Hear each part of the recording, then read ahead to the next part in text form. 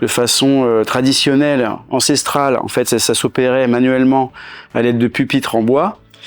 Donc on tournait tous les jours la bouteille manuellement. Et donc maintenant, on va mettre ces bouteilles-là dans des gyropalettes. Sur un cycle de 5 jours, la bouteille va progressivement tourner sur elle-même.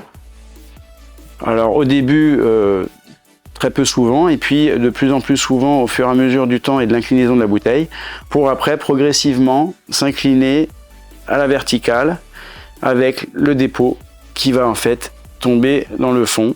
Et donc après, le dégorgement, ça consiste à décapsuler et donc expulser le dépôt pour ensuite avoir un vin limpide.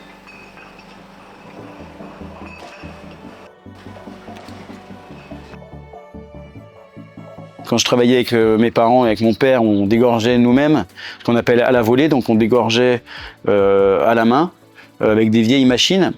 Et donc le problème, c'est que ces machines, elles sont vieillissantes et elles n'ont pas des cadences qui sont très élevées.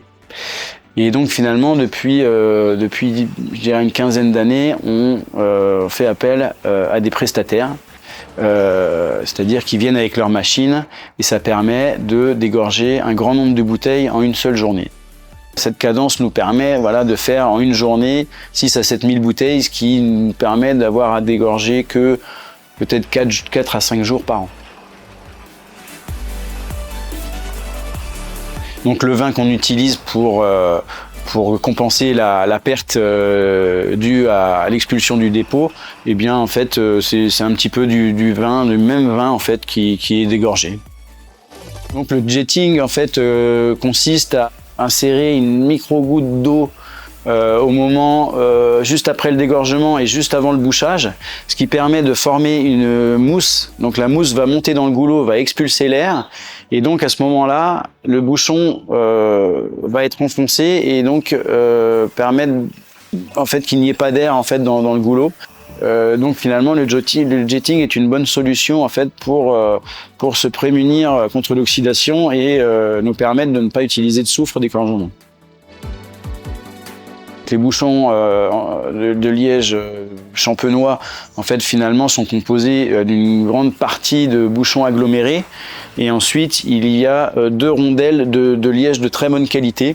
Donc certains ont fait le choix d'utiliser des bouchons techniques, ce qu'on appelle des bouchons techniques, donc des bouchons en aggloméré traités qui nous assurent de ne pas avoir de goût de bouchon, mais ça, je trouve que ça change un peu le vin parce que en fait le vin reste plus fermé, il est moins ouvert, donc nous on préfère rester sur des bouchons traditionnels. Là ça fait peut-être 10-15 ans aussi qu'on a le même bouchonnier qui finalement fait bien son travail, où on a peu de goût de bouchon. Donc voilà, souvent je pense que chez les champenois qui travaillent avec des bouchons traditionnels, voilà, quand on a un fournisseur où on n'est pas embêté, en général, on n'en change pas.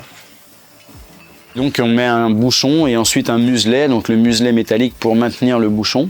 Et donc oui, on utilise une couleur par cuvée pour rappeler aussi notre habillage et puis pour nous permettre de nous repérer parfois, puisque une fois que la bouteille est dégorgée, elle n'est pas encore habillée.